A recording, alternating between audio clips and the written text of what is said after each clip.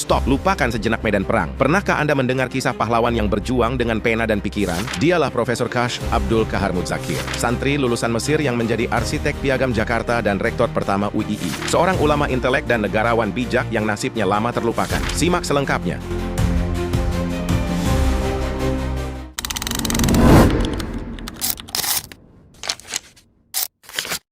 Profesor KH Abdul Kahar Muzakir lahir di kota Gede, Yogyakarta tahun 1907. Ia bukan hanya seorang kiai, tapi juga cicit komandan Laskar Pangeran Diponegoro. Sejak kecil, darah perjuangan dan keislaman mengalir kental. Dibesarkan di lingkungan Muhammadiyah dan pesantren, ia sadar bahwa pendidikan adalah kunci kemerdekaan sejati. Pada usia 18 tahun, setelah menunaikan haji, Kahar Muzakir membuat keputusan besar. Ia terbang ke Kairo, Mesir, untuk menimba ilmu di Universitas Al-Azhar dan Darul Ulum. Selama 13 tahun di Mesir, ia tidak hanya menjadi sarjana hukum Islam, tetapi juga aktif dalam pergerakan mahasiswa Asia Tenggara. Ia menjadi jembatan antara dunia Islam dan perjuangan Indonesia. Dari santri lokal, ia bertransformasi menjadi diplomat ulama yang membawa isu kemerdekaan Nusantara ke kancah internasional.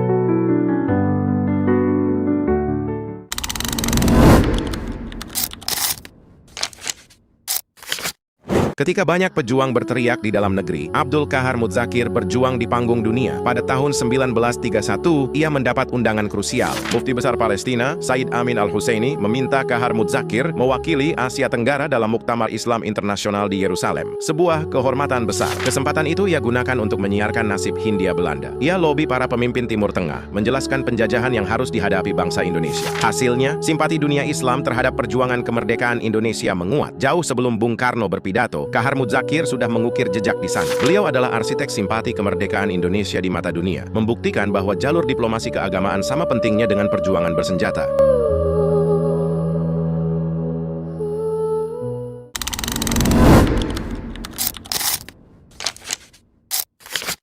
Tahun 1945, Indonesia bersiap merdeka. Ketika Badan Penyelidik Usaha Persiapan Kemerdekaan Indonesia, BPUPKI, dibentuk, Muzakir diangkat sebagai salah satu anggotanya. Peran krusialnya, ia adalah salah satu dari 9 tokoh yang merumuskan Piagam Jakarta, yang kelak menjadi pembukaan UUD 1945.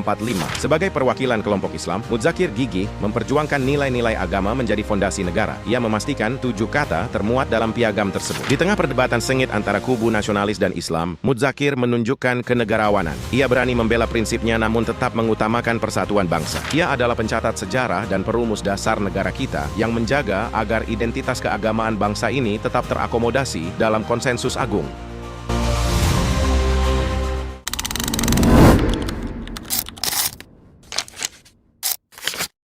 Kahar Muzakir menyadari, kemerdekaan tidak akan berarti tanpa pendidikan tinggi yang berkarakter. Menjelang akhir penjajahan Jepang, ia memelopori sesuatu yang monumental. Bersama tokoh lain, ia mendirikan Sekolah Tinggi Islam, STI, pada tahun 1945 di Jakarta. Lembaga inilah cikal bakal Universitas Islam Indonesia, UII. Muzakir dipercaya sebagai rektor STI UII yang pertama, menjabat selama 2 periode, 1945 sampai 1960. Masa jabatannya melalui periode paling krusial pasca kemerdekaan. Di bawah kepemimpinannya, UII menjadi benteng intelektual yang melahirkan kader-kader pemimpin Islam dan bangsa. Ia mengajarkan integrasi ilmu agama dan ilmu umum. Beliau adalah bapak pendidikan tinggi Islam modern. Fondasi yang ia tanam melahirkan ribuan cendekiawan yang ikut membangun republik ini.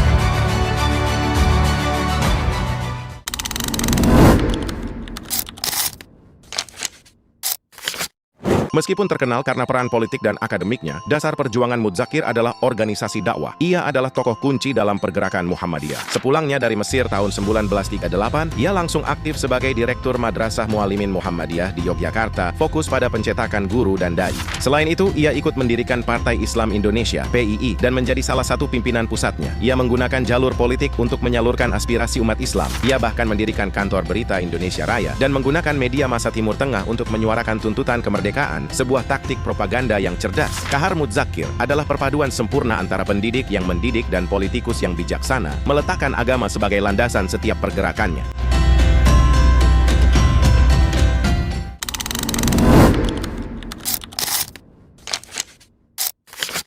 Di BPUPKI, saat merumuskan sila pertama, Mudzakir menjadi garda terdepan kaum nasionalis Islam. Ia berjuang keras untuk memasukkan 7 kata di Piagam Jakarta. 7 kata itu berbunyi, dengan kewajiban menjalankan syariat Islam bagi pemeluk-pemeluknya. Bagi Mudzakir, ini adalah janji bagi umat Islam yang selama ini berjuang. Namun tuntutan dari perwakilan Indonesia Timur agar 7 kata itu dihapus demi persatuan menjadi tantangan terbesar. Sebuah keputusan berat harus diambil. Meskipun 7 kata itu akhirnya dihapus demi keutuhan bangsa, Mudzakir menerima keputusan itu dengan jiwa besar. Ia menunjukkan kenegarawanan yang matang. Kegigihan Kahar Mudzakir dalam menjaga nilai Islam dan jiwa besarnya dalam menjaga persatuan adalah teladan abadi bagi kita semua.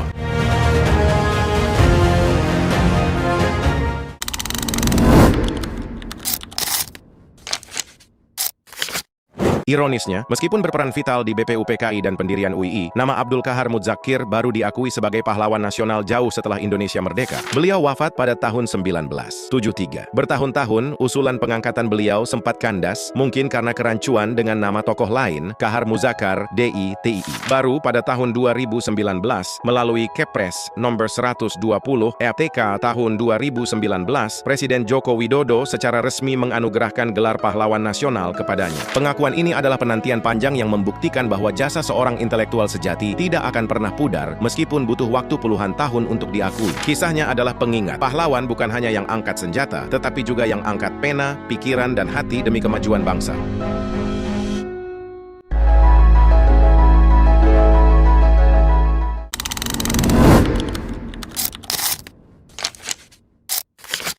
Di tengah perjuangan politik, Kahar Mudzakir terkenal dengan integritasnya yang luar biasa. Prinsip ini ia wariskan kepada keluarganya. Ketika pemerintah kota Yogyakarta ingin memberikan dana hibah untuk merenovasi rumah beliau, keluarga Mudzakir menolak. Alasannya, keluarga khawatir dana tersebut rentan disalahgunakan atau menjadi pintu masuk korupsi, sehingga akan mencoreng nama pahlawan yang menjunjung tinggi kebersihan hati. Sebuah pelajaran mahal, bahwa kehormatan seorang pahlawan harus dijaga dengan memegang teguh prinsip anti korupsi dan kesederhanaan. Integritas dan kesederhanaan adalah warisan tak ternilai dari Kahar Mudzakir, warisan yang lebih berharga daripada emas atau jabatan apapun.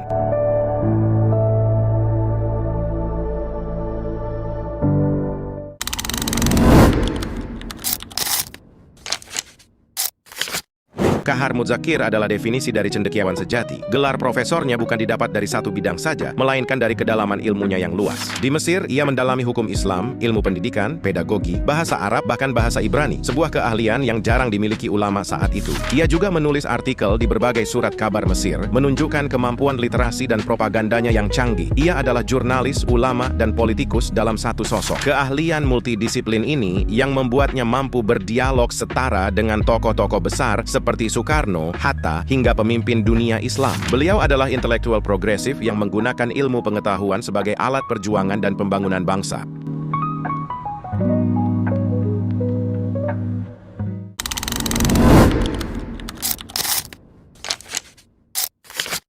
Apa warisan terbesar yang ditinggalkan Profesor K.H. Abdul Kahar Mudzakir bagi Indonesia modern? 3 hal utama. Pertama, kenegarawanan. Berani memperjuangkan prinsip 7 kata, tetapi berjiwa besar melepaskannya demi persatuan dan keutuhan bangsa. Kedua, pendidikan. Visi besarnya dalam mendirikan UII membuktikan bahwa pembangunan manusia melalui pendidikan Islam adalah investasi terbesar bangsa. Ketiga, integritas. Menjauhkan diri dari kekuasaan dan materi. Ia mengajarkan bahwa pejabat negara harus hidup sederhana dan anti korupsi. Kahar Mudzakir adalah teladan sempurna. Mari kita kenang jasanya, pelajari ilmunya, dan teladani integritasnya. Profesor yang mewariskan bangsa.